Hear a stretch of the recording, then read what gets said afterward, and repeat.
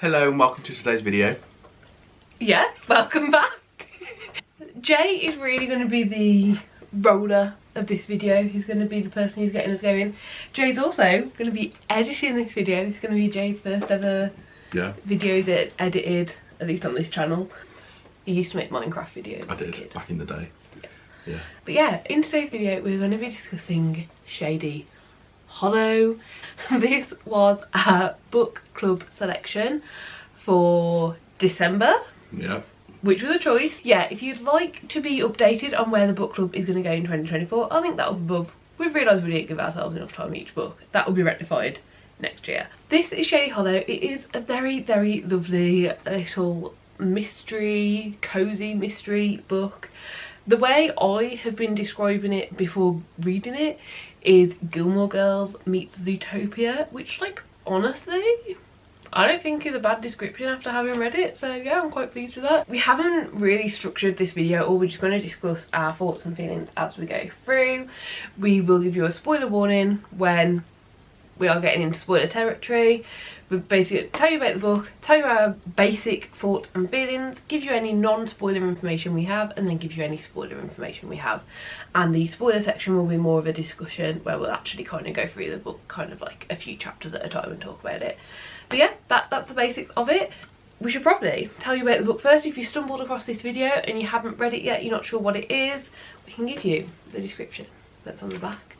In the woodland community of Shady Hollow, you'll discover a secret. Moose and mice, owls and bears live side by side in a civilised harmony. Shady Hollow has a coffee shop and a bookshop, a haberdasher and a bank. All is well until the town's querulous toad shows up dead. It's something this village has never seen before. A murder. Vera Vixen is new in town. She has a nose for news and catches the scent of a story, one that leads her to dark places. As she stirs up the still waters, the fox exposes more than one mystery, and the folks in Shady Hollow learn that some of their neighbours are lying, while others are downright dangerous. It will take all of Vera's cunning and quickness to come out alive. Yeah, I mean, that alone, like, it sounds so good, and yeah, I really, really enjoyed it. So did I. I think, I mean, first off, I was wondering, I didn't like check what the, like, I don't know, parental rating of it is. It's an adult book. Is it? Yeah. There was nothing in there that wouldn't be suitable for like an 8-year-old.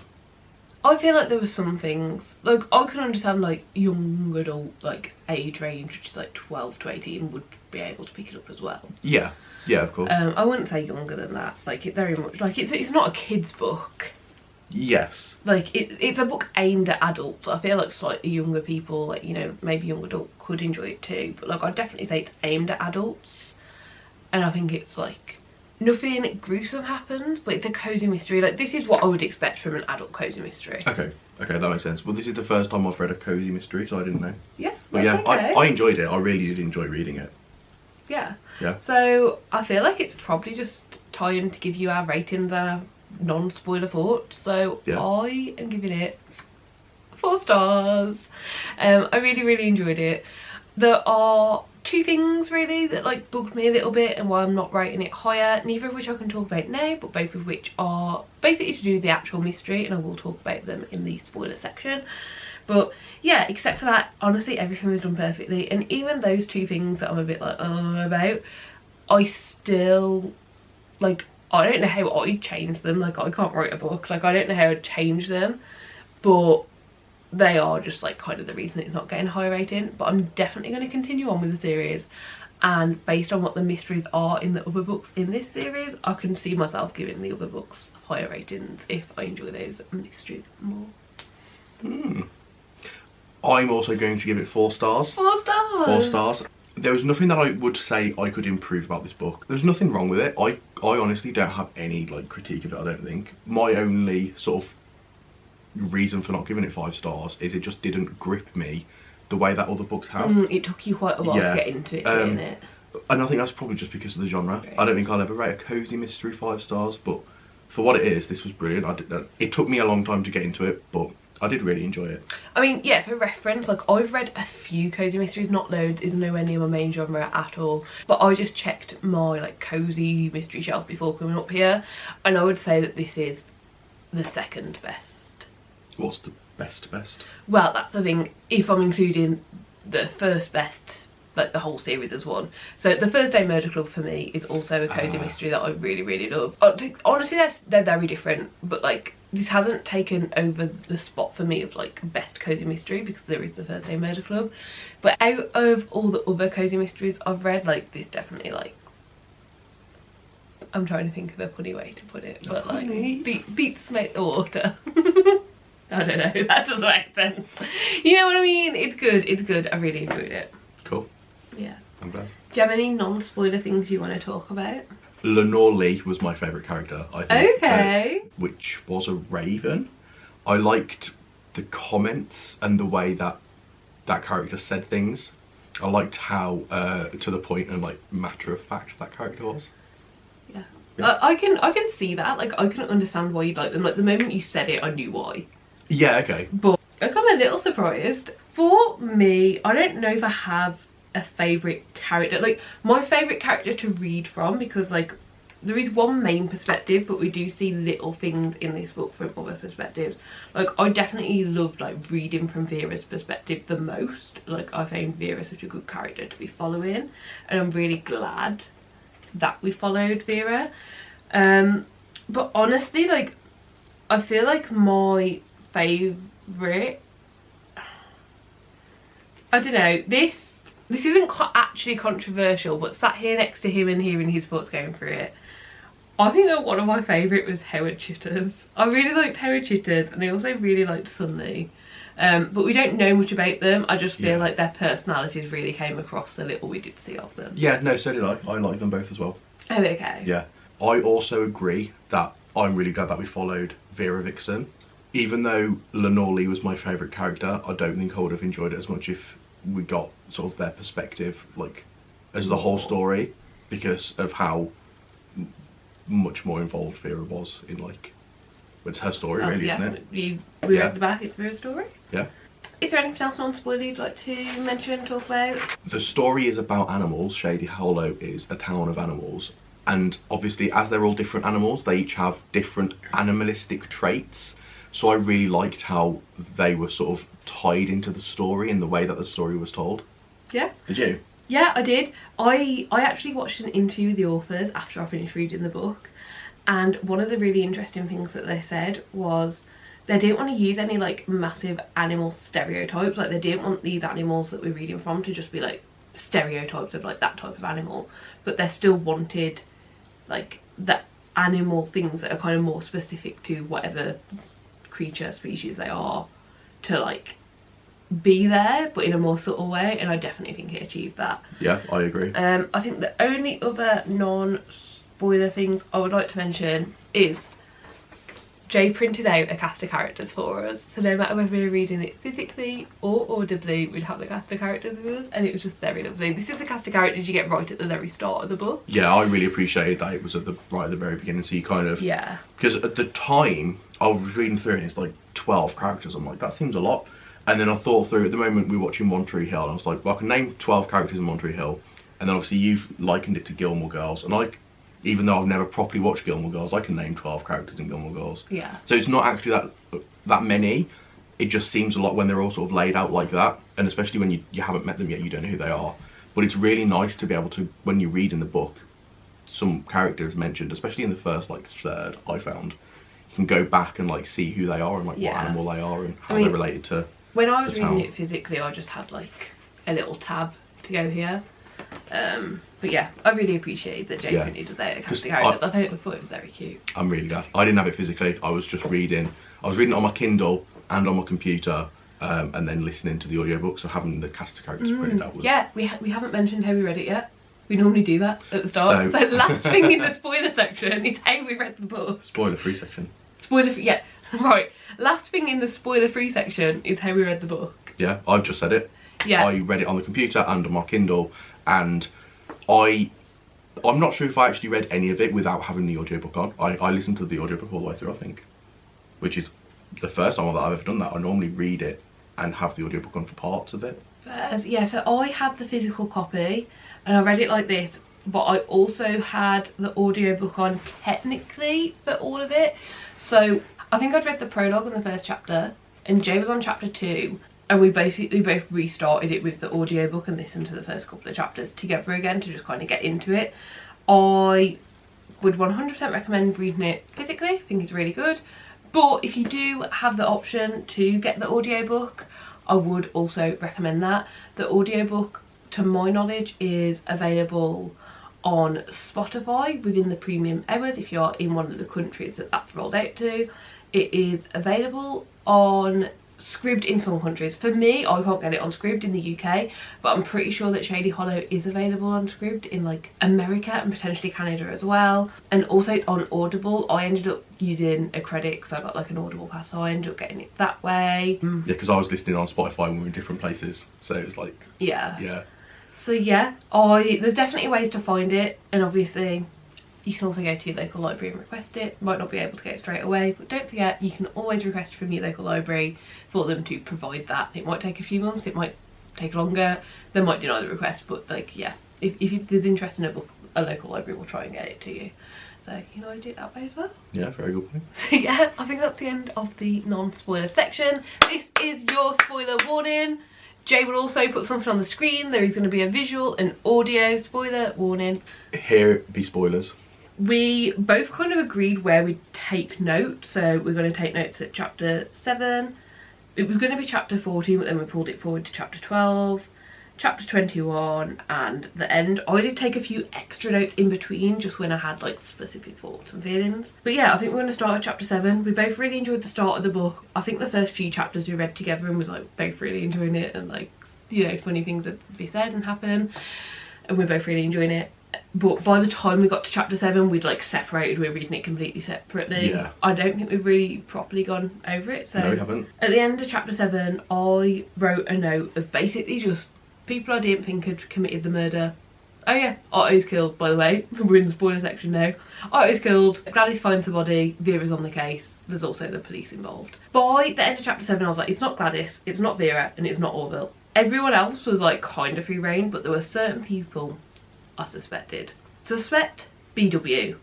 Would he do it just for the story? Like, would it be done just for the story? I also wondered that. I didn't write it down until after chapter 12. Suspect Chief Theodore. Where is he?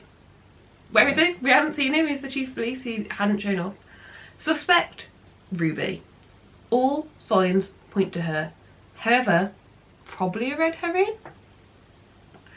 And then suspect any of the beaver pelts. And my reasoning was rich people. So then I just put, don't know much else. However, could it be a different person who poisoned him versus stabbed him? Question mark. Could he have poisoned himself trying to replicate the sauce? Question mark, question mark. We know that Sun Lee has like a special sauce that Otto really liked and like really wanted to know what was in that sauce. And honestly, like, this theory didn't end up playing out, but the more we learn in the story, the more it was like, it's not the path that was taken, but it really could have been like a couple of different events, and it could have been. Yeah, that's a really good point. I hadn't thought about that at all, but that's a really good point. It very easily could have been, couldn't it? Yeah. Excellent. I'm no detective. I was thinking about the, like, you know, who could have done it a little bit, but I really wasn't like putting that much brain power into it because I'm just not good at. This is your first mystery. Yeah, well, it's yeah. not that you're not good, you've just never done it before. Well, it's the same with like TV. Quite often we'll be watching TV and she'll be like, oh, I know who did it. And it's like, I don't have a clue. It's like, yeah, but there's nothing wrong with that. Like, yeah, of course. Especially if you don't want that, like, your reading experience is just different. If you go into it like not wanting, like, it's only a shame if you want to try and solve it and you can't. Course. All I'm saying is I don't have all of these like theories and stuff. I'm just enjoying the story. That's okay. What did you write? You wrote something. So I really liked when we met the snake, the like pathologist from the next town. I thought that was brilliant. I also liked the reference to Sherlock Holmes. Yeah. It wasn't like explicitly mentioned that it was Sherlock Holmes, but it was obvious. No, the authors mentioned that in that interview that I watched as well. The fact that, like, because they didn't want like books to exist in the same way. Like, they wanted the bookstore in there, but not for books to exist in the same way. Because in this world there aren't humans. Is that why Of Mice and Men was in the fantasy section? Yeah. Yeah, okay. I did think that was weird. But yeah, fair enough. But yeah, I did mention that the famous detective was like a Sherlock Holmes reference. Yeah. Yeah. I like that we got the perspective of the baddie, but like it was never resolved who it was that was, like, presumably it was actually the murderer. At the very end of chapter 7, we got the perspective of the baddie. I can't remember what. Yeah. Okay, that to me was clear that it was the person who ended up being it, and then they were searching around the woods trying to find something. Yeah. Like a holiday log with what they needed in it. Oh, it could have been, yeah. First, yeah. Okay, that's what it was. Okay, alright, fair enough. Yeah. I'm. You had fun.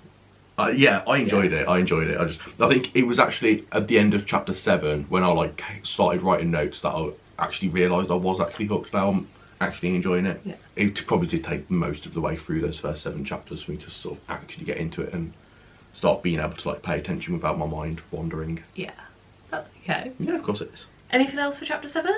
I also thought it was very odd that the chief hadn't shown up yet. So it was mentioned quite a lot in the first 7 chapters that the chief wasn't there, but then the chief turned up and didn't really do anything, and then it wasn't really mentioned again. I understand what you mean. Like later on we do meet the chief, and like I felt like my suspicions were like sorted, like there was resolution to everything that I felt from what little we did see. Yeah, me too. I think it was nice that the conversation between the chief and Vera, where she was like trying to help him.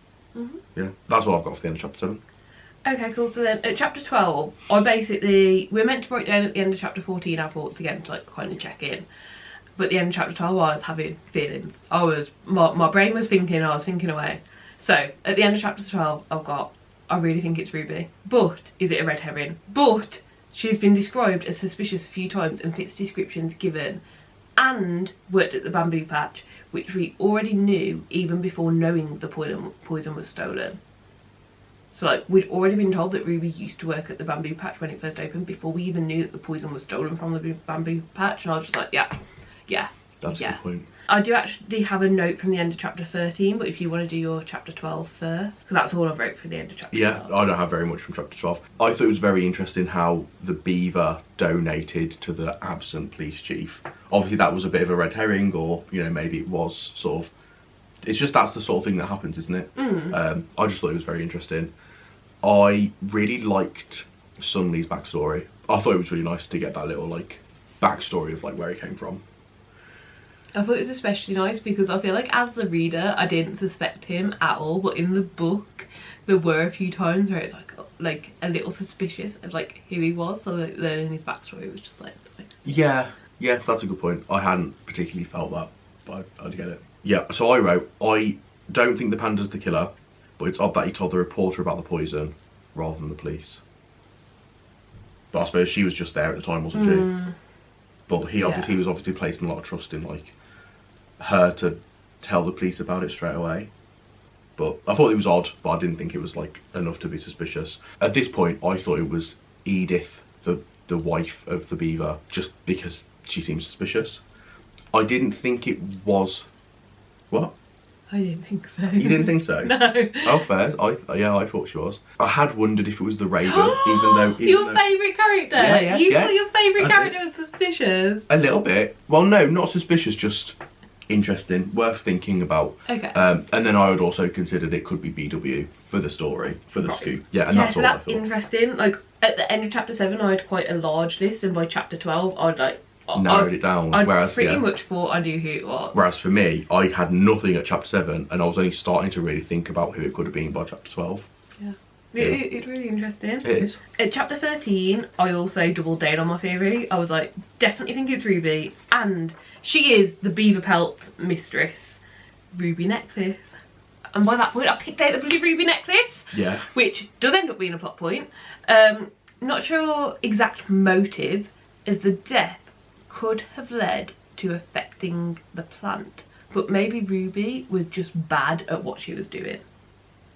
Well, it turns out she'd been taking them. Well, yeah, but like honestly, look, I do have stuff to say about the mystery, but I'll wait till we've got through like our thoughts on all the chapters. I also wrote a point at the end of chapter 16. Okay. Sorry. That's alright. At the end of chapter 16, I was like, I really don't like the beaver pelt women, but I don't think they killed anyone. They're just annoying as fuck. Fair enough. So like, yeah. And then I don't know when I wrote this down. I haven't put the chapter next to it, but like, it's pretty much just for the whole story. I really liked all the silly sayings, like back-pawed rather than backhanded. Yeah, I like that. and all his paws are bare paws. Like, he's been caught, like, he killed a man with his bare paws. Like, all of his paws are bare. Yeah, I really like that. No, I like that. I think that's what I sort of brought in with the, like, the animalistic traits. Yeah, I think I watched that interview as well. I think there was a few things that in the original self-published version were missed, and like in the, like, obviously, like, we've got the traditionally published version, that's what we're reading, like they were picked up on before they became traditionally published. Handkerchief, I think, was one that they mentioned that they're just completely missed, but obviously, like, they don't have hands, they have paws, so it was like paw kerchief or something. I don't know, I don't remember, but yeah, I found that really interesting. Yeah, fair enough. So at the end of chapter 21... Sorry, I have one more. Oh yeah, go on. That's fine. Yeah, at the end of chapter 19, I put Ruby and Beaverpelt definitely linked. I still think she was responsible for the poison. Don't know who else it could be. Okay, and now I'm at the end of chapter 21. I was still suspecting Edith. Is this where we'd... So when we found out about the BS, I immediately was like, black sheep.